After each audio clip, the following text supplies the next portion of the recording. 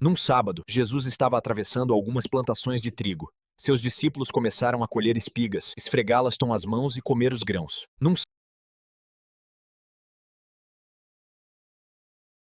Louvado seja o nosso Senhor Jesus Cristo, para sempre seja louvado.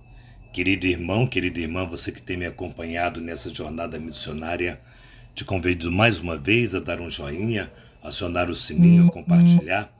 Fazendo tudo isso, o YouTube reconhece a legitimidade dessa bela missão e enviará para mais e mais pessoas.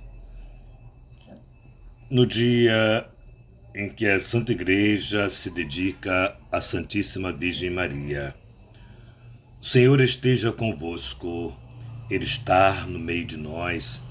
Proclamação do Evangelho de Jesus Cristo segundo São Lucas. Glória a vós, Senhor.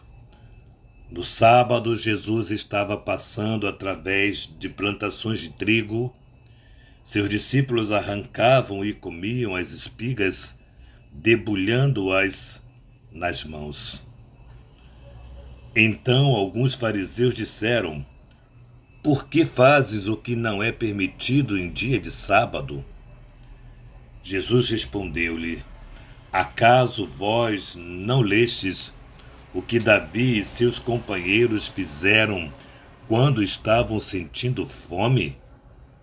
Davi entrou na casa de Deus, pegou os pães oferecidos a Deus e os comeu, e ainda por cima deu a seus companheiros. No entanto, só os sacerdotes podem comer desses pães. E Jesus acrescentou: O Filho do Homem é Senhor também do sábado.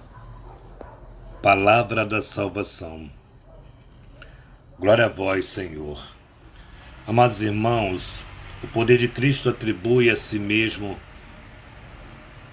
sobre a lei mosaica uma autoridade divina. Não uma autoridade para desafiar alguém. É uma autoridade divina. Isso é evidenciado pelo fato de que ele não cria outra lei ao revogar a antiga. Ele diz: Não penseis que vim revogar a lei e os profetas.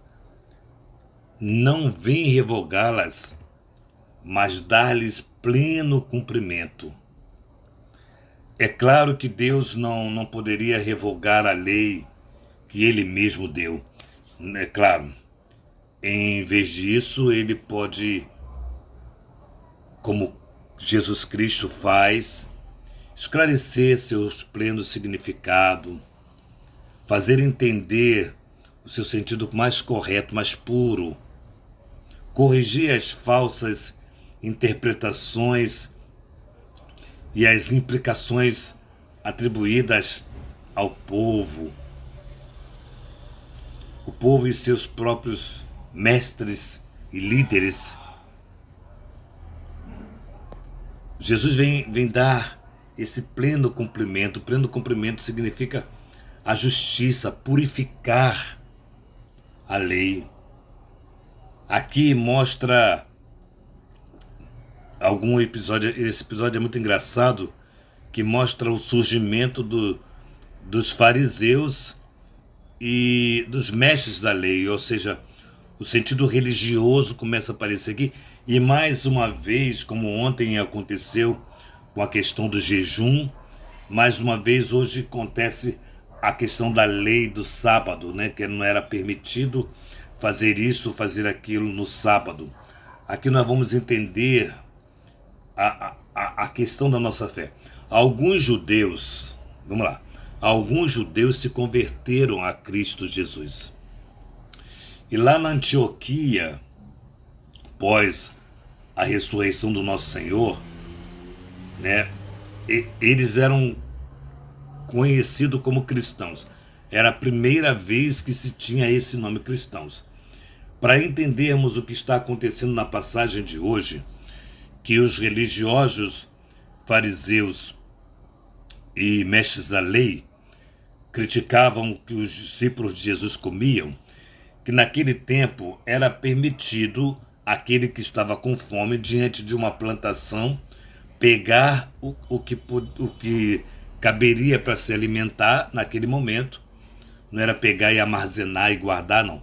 Pegar aquilo que poderia alimentá-lo naquele momento e estava tudo bem, né? Podia entrar na plantação de quem quer que fosse e que não era considerado um roubo, não era considerado um roubo. Porém, os fariseus aqui consideravam esse gesto, esse ato, um trabalho. Mas, na verdade, a gente percebe que quando alguém está contra alguém, qualquer coisa é motivo para condenar esse alguém. Até uma vírgula, até um espirro de alguém que pode ser condenado por um espirro, por exemplo, né? Porque qualquer coisa é motivo para condenar, mesmo estando certo. Era possível comer espiga ou pegar espiga naquele dia, naquela plantação.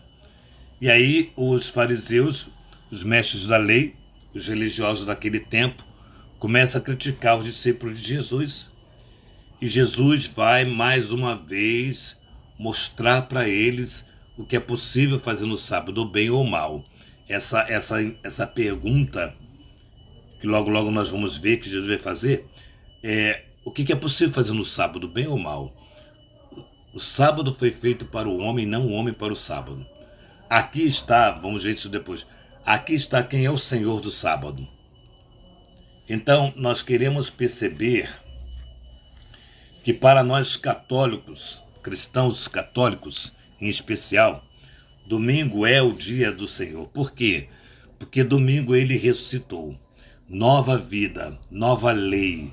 A lei que planifica a lei perfeita que vem do Senhor ressuscitado. Então domingo é o dia do Senhor. Não se falta domingo sobre hipótese alguma. A não ser, entre parênteses aqui, a não ser que a pessoa esteja impossibilitada por uma enfermidade e que essa enfermidade o impede de estar na igreja para celebrar a Santíssima Eucaristia. Então nós vemos hoje que os judeus daquele tempo, os fariseus, já estão tentando, aí é uma dentro aqui, uma parte interessante, que são os religiosos, os judeus religiosos, né? Ou seja, a religião daquele tempo desagradava do discurso de Jesus. E nós sabemos que foi a religião daquele tempo que matou Jesus, que incentivou que ele prendesse, que o matasse, enfim. Hoje nós queremos entender perfeitamente que nós somos levados a uma experiência cristã, de forma que o Cristo é o centro das nossas atitudes, Cristo é o centro do nosso agir, e a partir de Cristo nós queremos fazer a misericórdia do próprio Deus, do próprio Cristo acontecer.